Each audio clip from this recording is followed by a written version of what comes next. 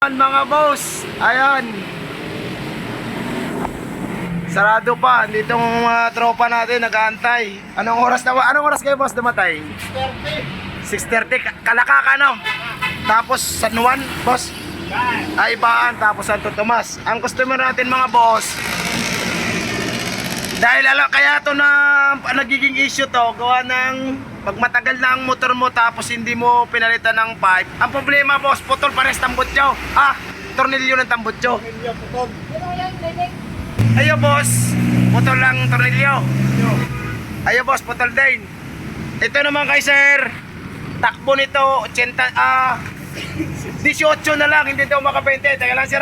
Boss, shoutout muna. Ayan, si sir. Nakakarating lang din. Boss, kaya to naputol, sinabi ko na doon na naka-stencil na pala eh. Oo, pero naputol pa rin. Ordinary lang eh. Ordinary lang. Kinakalaman yung ordinary. Hindi stainless. Ay, kaya mga idol ganito. Siyempre, mag-new year, baka magpapalit ng pipe o paano ang diskarte. Ay, kakalasin talaga ang stock. Ayan ang problema, naputol na naman. Ang naka-stencil na kay boss, ang problema ay kinalawang, ordinary lang. Tapos itong kay boss naman, bago. Stock yun. Stock lang. Stock. Ginawan mo na lang ng paraan din. Ginawa lang paraan para makarating dito. Ginawa lang din ng paraan, bago, para makarating lang. Tapos mamaya update ko kayo dito sa kay sir kung bakit ganito, 18 lang ang takbo. Wala pa akong nakitang rider na natakbo 18. Kanya lang talaga. Titingnan natin kung anong naging problema. Yung mga kulaog, ito na yung motor ni boss na taga boss. Shoutout muna. Taga Kalaka, Batangas. Ayan, bagong-bago, 2020 model. Nakuha niya sa Kasat 2021. Bali magdadalawang taon lang. Problema mga boss, salip na sariwang-sariwa. Ayan, bagong-bago. Magpapalit ng tambutso, putol. Ayan, ito na yung putol. Putol lang isa. Ayan, inuulit ko lang para maklaro at bibigyan ko kayo ng mga tips, mga diskarte kung paano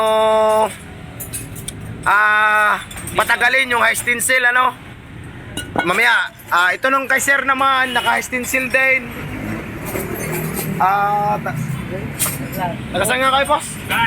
Iban, bago tayo i-video natin, shoutout sa mga dalawang ito. Tanghali na ako, tanghali pa rin kayo.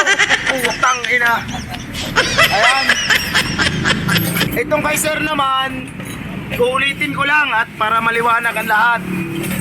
Ayan, kinakalas na rin. 2000, anong year boss?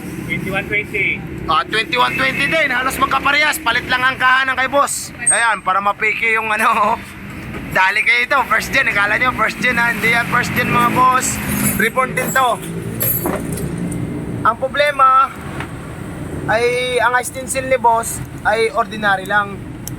Siyempre, sa basa, tubig at ulan, init, kakalawangin yan, dumi, ayan. Kaya naputol yung isa, yung isa putol na. Mabunot natin, yun lang ang naging issue yan kasi mga bago naman ganito gawin nyo mga boss, pagka nagpalit kayo ng stencil, ganito, katulad ng akin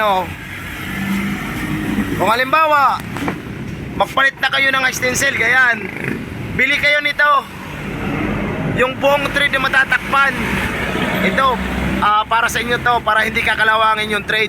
Kaya kadalasan napuputol kasi sumama pa rin ang nut, nasama yung nut, kukuha tayo ng stencil agad.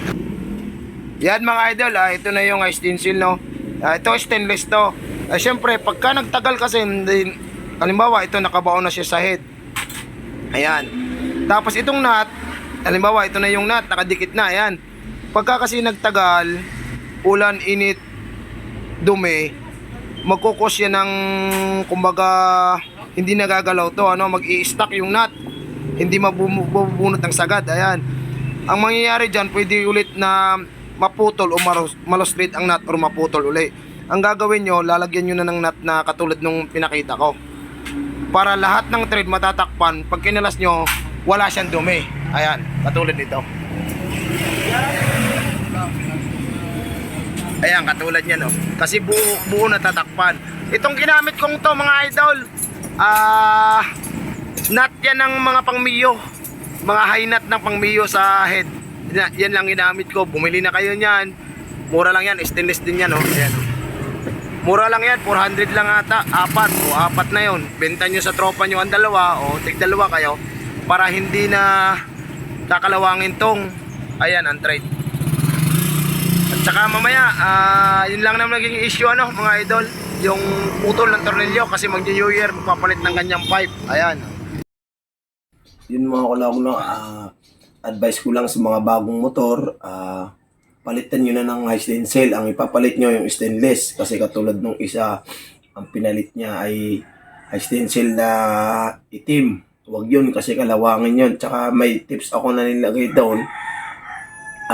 Video doon na kung kaya nyong bumili ng high nut na pang Mio, yung sa stud na 4 ng Mio, yung high nut ang bilhin nyo para matakpan yung thread. Para pag kinalas, malambot. Hindi kakalawangan yung thread. Yung isa kasi, yung isang kinalas kong motor, yung burst jet, kinalawang. Tsaka yung isa naman, magpapalit lang na sana ng pipe, naputol ang tornilyo. Malaki din ang gastos nun kasi pabunot 300 pag isang buta sa amin. Tapos labor pa.